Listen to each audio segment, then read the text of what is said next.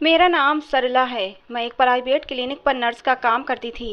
वैसे मेरी माँ पेशे से एक दाई थी और मैंने बहुत समय तक अपनी माँ के साथ दाई का काम भी किया था, मगर हालात ख़राब होने की वजह से मैंने नर्स की जॉब कर ली। आज मैं क्लिनिक में एक औरत को इंजेक्शन लगा रही थी जब दो औरतें हॉस्पिटल में दाखिल हुईं। उनमें से एक औरत प्रेग्नेंट थी और दूसरी बूढ़ी औरत उसके साथ आई हुई थी। मैं उन्हें देखकर खड़ी हो गई क्योंकि वो बूढ़ी औरत मेरी जानने वाली थी, क्योंकि कुछ समय पहले ये मेरी पड़ोसन और मेरी सहेली हुआ करती थी। फिर कुछ समय के बाद ये लोग दूसरी जगह शिफ्ट हो गए थे। ये बूढ़ी औरत विधवा थी। इसने अपने बेटे को बड़ी मुश्किलों से पाल पोस कर बड़ा किया था और उसे पढ़ाया लिखाया था।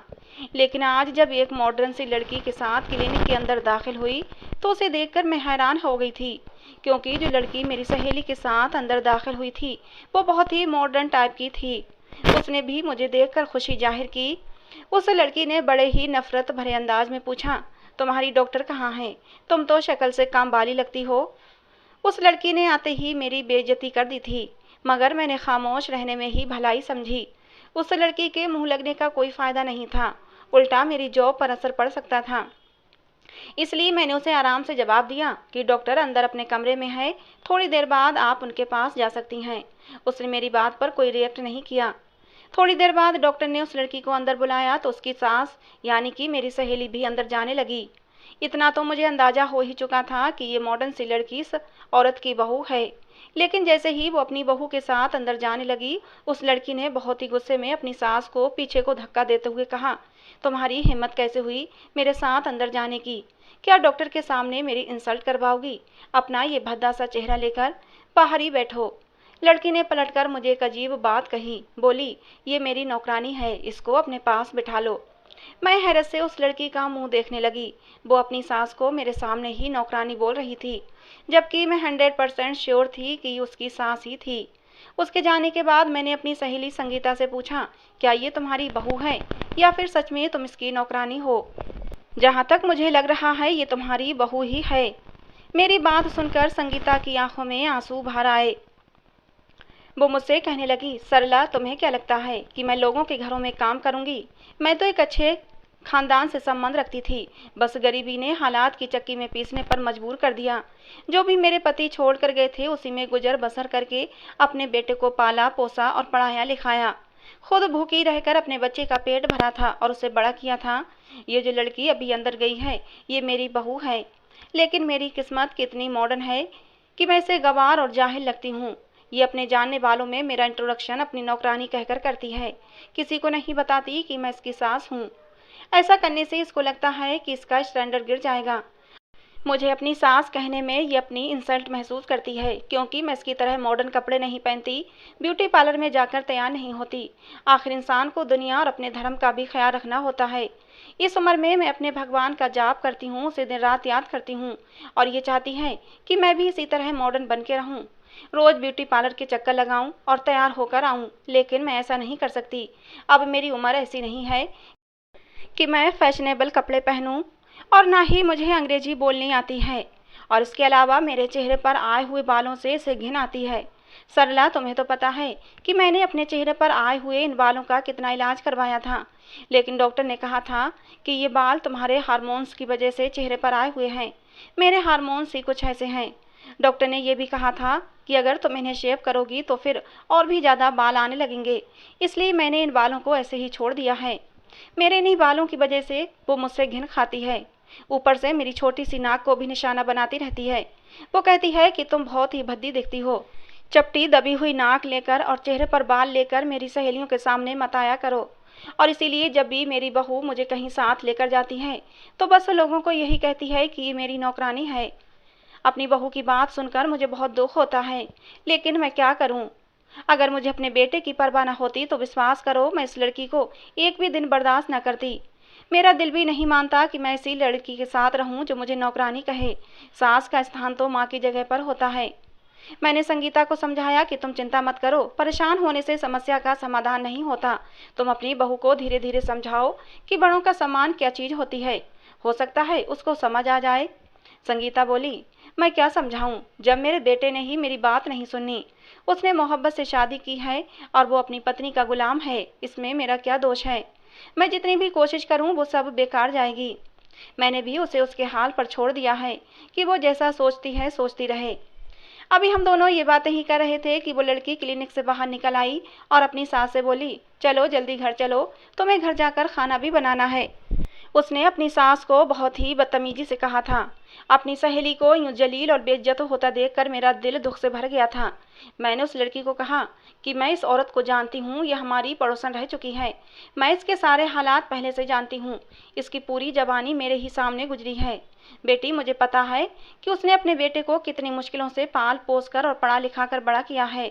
जब माँ अपने बेटे की शादी करती है तो उसकी यही इच्छा होती है कि उसकी बहू उसकी सेवा करे, उसका सम्मान करे।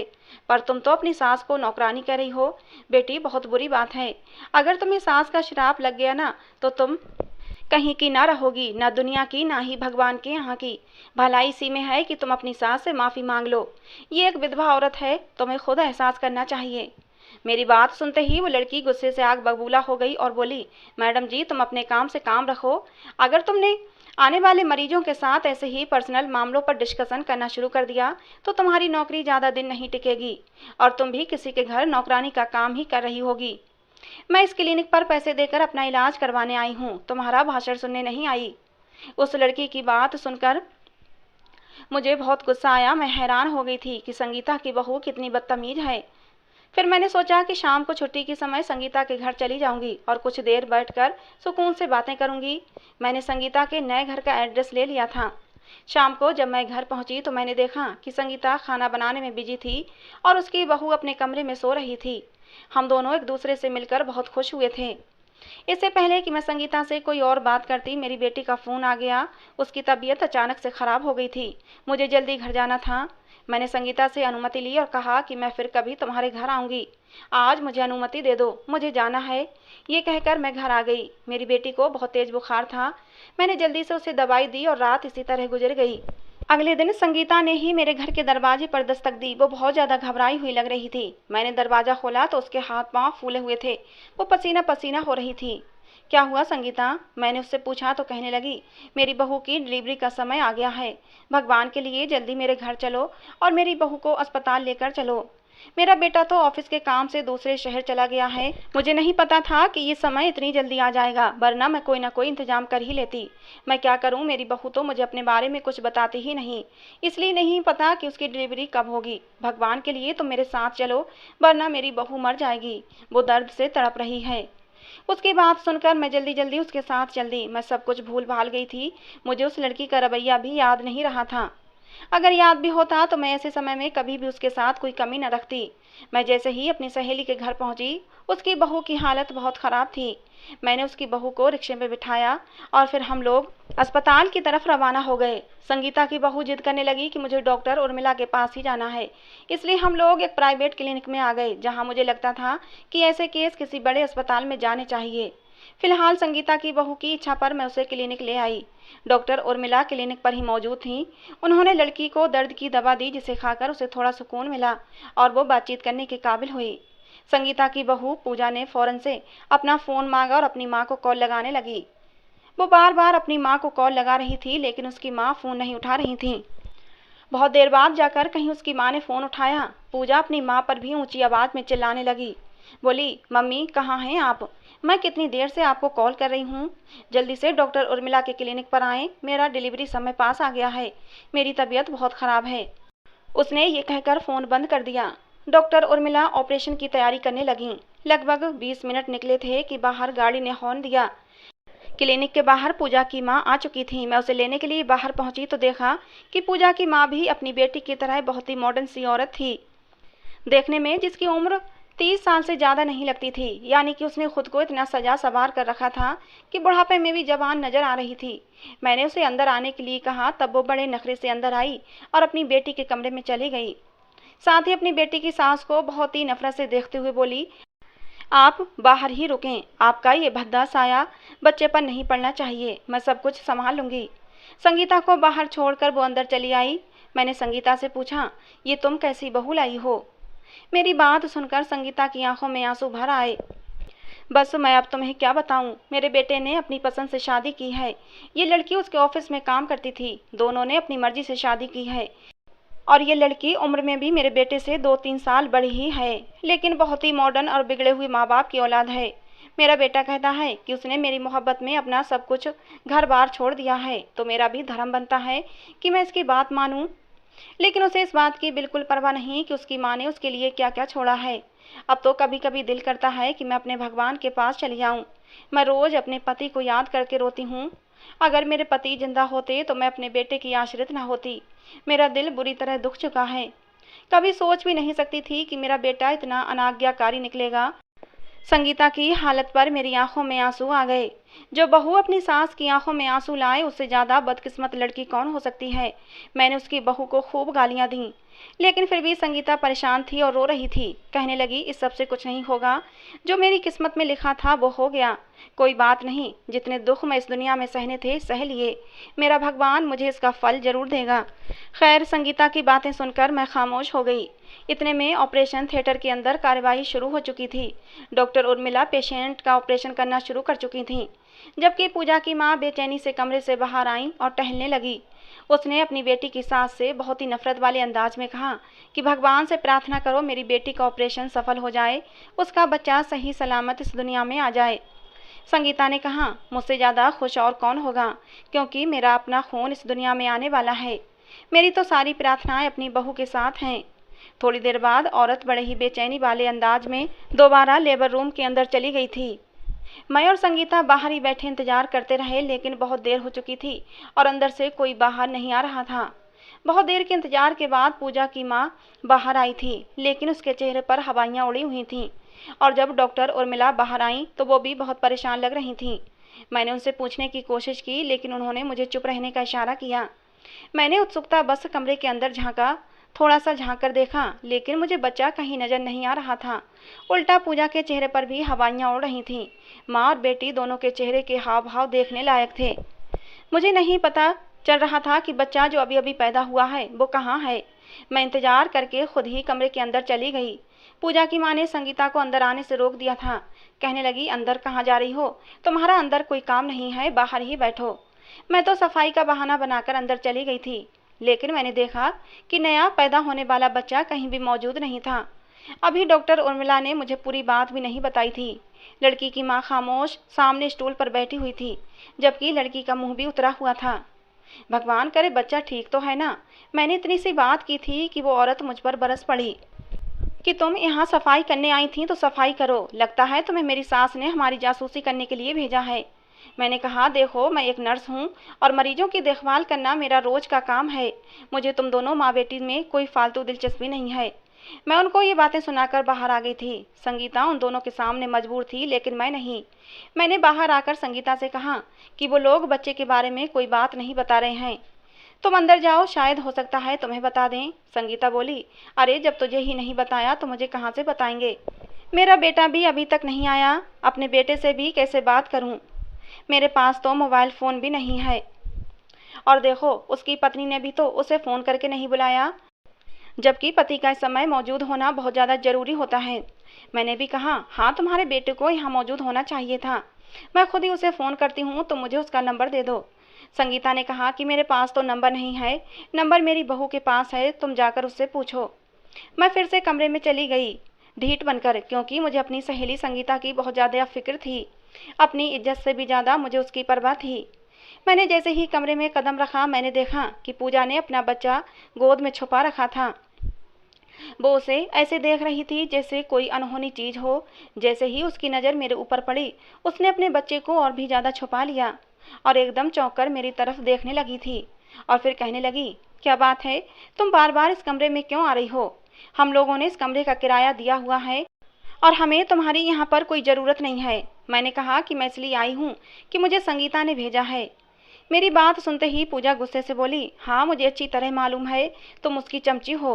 अब क्या जासूसी करने आई हो? उस बुढ़िया को आराम नहीं आता, जब देखो मेरी जासूसी करती रहती है।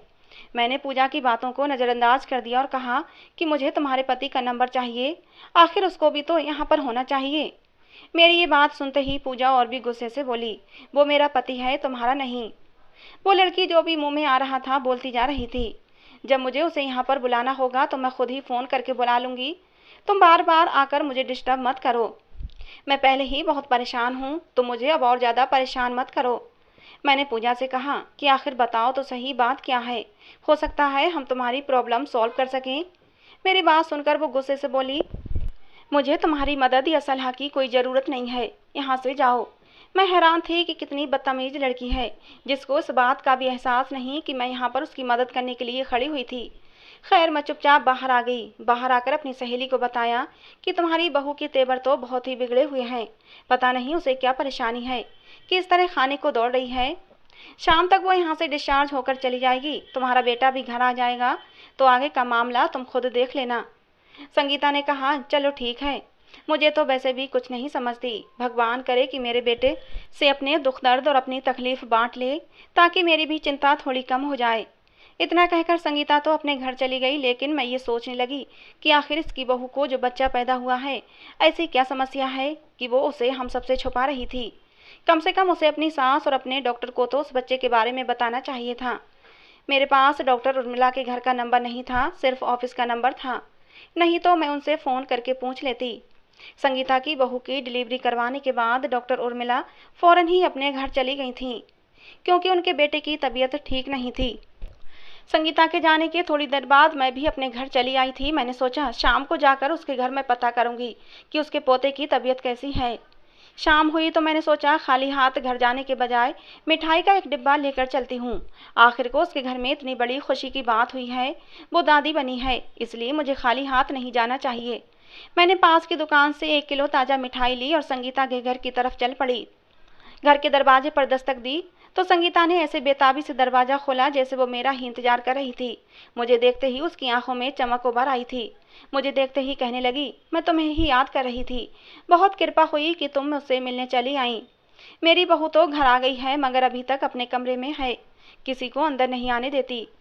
मैं उसकी वजह से बहुत परेशान हूँ। मैंने संगीता को तसल्ली दी, अरे कोई बात नहीं, मैं आ गई हूँ, मैं तुम्हारी बहू को समझाने की कोशिश करती हूँ। अगर कोई बात है तो वो हमें बताए, हो सकता है हम उसकी मदद कर सकें। इतना कहकर मैं अंदर आई, लेकिन जैसे ही मैं उसके बहू के कमरे में दाखिल हुई, उसने फिर से अपने बेटे को छुपा लिया। ऐसा लगता था जैसे वो उसे सबसे छुपा रही हो। मैं हैरान थी कि अब तो उसे ऐसा नहीं करना चाहिए। बच्चे के जन्म को 10 घंटे गुजर चुके थे। तभी इतने में घर के दरवाजे पर फिर से दस्तक हुई। संगीता ने दरवाज़ा खोला तो उसका बेटा आ गया था। संगीता ने अपने बेटे का माथा चूमकर उसे पोते की खुशखबरी सुनाई तो उसे विश्वास नहीं आ रहा था। कहने लगा, मम्मी आपने मुझे पहले क्यों नहीं बताया, मैं कब से इस दिन का इंतजार कर रहा था। आपने तो कहा था कि 1 हफ्ते के बाद की डेट है, फिर ये सब अचानक कैसे हो गया। ये सब कहते हुए वो खुशी से चहकता हुआ अंदर आ गया। मैंने भी उसे बधाई दी, 2-4 बातें करके कहने लगा, आंटी आप बुरा मत मानना, लेकिन अभी मुझे अपनी पत्नी से मिलना है, उसके पास जाना है। मैंने कहा, नहीं बेटा, मैं बुरा क्यों मानूंगी, तुम जाओ अपनी पत्नी और अपने बच्चे से मिलो, ये तो तुम्हारे लिए बहुत ही खुशी का दिन है। जाओ अपनी पत्नी को बधाई दो, बल्कि तुम बुरा न मानो तो मैं भी अंदर आ जाऊं। हाँ हाँ, आप भी आ जाएं, क्यों नहीं। इतना कहकर मैं और वो दोनों कमरे में दाखिल हुए, लेकिन संगीता की बहू का मुंह इस तरह बना हुआ था जैसे कि उसने अपने बच्चे को नहीं बल्कि किसी और ही चीज को जन्म दिया हो। मुझे देखते ही वो गुस्से से बोली, तुम लोग क्यों बार बार बच्चा देखने कमरे में आ जाते हो, आप भी यहाँ से चले जाएं। ये मेरा बच्चा है, 9 महीने मैंने पेट में से रखा है और उसे जन्म दिया है। मैं जिसे चाहूँगी दिखाऊंगी और जिसे नहीं चाहूँगी नहीं दिखाऊंगी। पूजा ने तो अपने पति को भी खरी खरी सुना दी थी। पूजा का पति बोला, ये क्या बात हुई भला, ये तो खुशी का मौका है, लाओ मेरा बेटा मुझे दो, मैंने भी अपने बेटे को देखना है। अपने बेटे को देखने के लिए मैं बहुत बेचैन हूँ। ऐसा मत करो, मुझे और मत तड़पाओ। इतना कहकर संगीता के बेटे ने हाथ आगे बढ़ाया तो लड़की ने उसका हाथ भी झटक दिया और गुस्से से बोली, मैंने कहा ना, मैं किसी को भी नहीं दिखाऊंगी, ये मेरा बेटा है, मेरा बेटा है। और अपने बेटे को और भी ज़्यादा छुपा लिया, जबकि संगीता का बेटा हक्का बक्का सा उसे देखने लगा। हमारे पीछे पीछे संगीता भी आ गई थी, वो भी हैरान परेशान खड़ी थी। संगीता ने कहा, बहू आखिर तुम ऐसा क्यों कर रही हो, हमें भी अपना पोता देखने की बहुत इच्छा है, तुम उसे हम लोगों से इस तरह क्यों छुपा रही हो, तुम हमें उसे देखने से रोक नहीं सकती, हमारा हक है उसे देखना। ये कहकर संगीता ने भी हाथ आगे बढ़ाए, मगर उस लड़की ने तो उसका हाथ दोबारा पीछे को झटक दिया। दोनों माँ बेटा बहुत ज़्यादा परेशान हो गए थे और फिर संगीता के बेटे ने किसी तरह अपनी पत्नी के हाथ से बच्चा छीन लिया और उस पर नज़र पड़ते ही उसके चेहरे से हवाइयाँ उड़ गईं। जबकि लड़की का चेहरा शर्म से झुका हुआ था। हे भगवान, मुझे माफ़ कर दे। इतना कहकर संगीता का बेटा नीचे ज़मीन पर बैठ गया था, जबकि संगीता की बहू की आंखों से भी आंसू गिरने लगे थे। ऐसा लग रहा था कि वो कब से अपने आंसुओं को रोक कर बैठी हुई है। जल्दी से संगीता आगे बढ़ी और उसने भी बच्चे को देखा। बच्चे को देखते ही संगीता के चेहरे की हवाइयाँ भी उड़ गई थीं। समझ नहीं आ रहा था बच्चे को देखते ही सबके चेहरे सफ़ेद क्यों पड़ रहे थे। अब मुझसे रुका नहीं गया और मैं भी संगीता से बच्चे को ले लिया और उसे देखा तो मेरे रोंगटे खड़े हो गए। मुझे उस समय संगीता का चेहरा याद आ गया कि संगीता का चेहरा बालों से भरा होता था।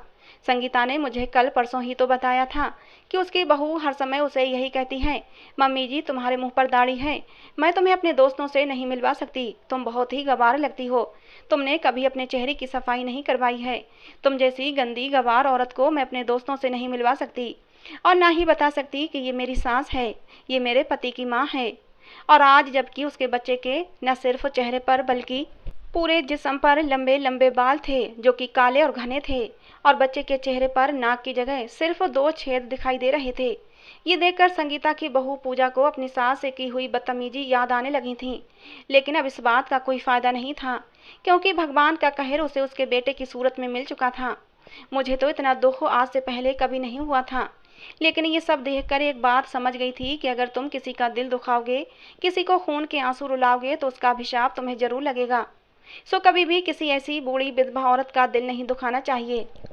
पूजा बुरी तरह से रो रही थी। मैंने पूजा को संभाला और उससे कहा कि तुम्हारे पास अब भी मौका है, अपनी सास से माफ़ी मांगो और उसे सम्मान दो। संगीता की बहू को मेरी बात समझ आ गई थी। उसने अपनी सास से माफ़ी मांग ली और फिर संगीता ने भी अपनी बहू को माफ़ कर दिया। और फिर इलाज के जरिए संगीता के पोते के शरीर के बाल तो ठीक हो गए थे, लेकिन नाक ठीक नहीं हुई थी। डॉक्टर ने कहा था कि हो सकता है जब बच्चा बड़ा हो जाए उसके बाद सर्जरी से बच्चे की नाक लगा दी जाए। तो दोस्तों, आज की हमारी ये कहानी आप लोगों को कैसी लगी, कमेंट बॉक्स में अपनी राय जरूर देना। अपनी राय जरूर दिया करें दोस्तों कहानी को लेकर, क्योंकि इससे हमें पता चलता है कि आपको हमारी कहानी पसंद आती है या नहीं। कहानी को अंत तक सुनने के लिए आप लोगों का बहुत बहुत धन्यवाद दोस्तों। रोज़ एक नई कहानी सुनने के लिए हमारे चैनल को सब्सक्राइब करें। मिलते हैं दोस्तों अगली एक नई कहानी के साथ।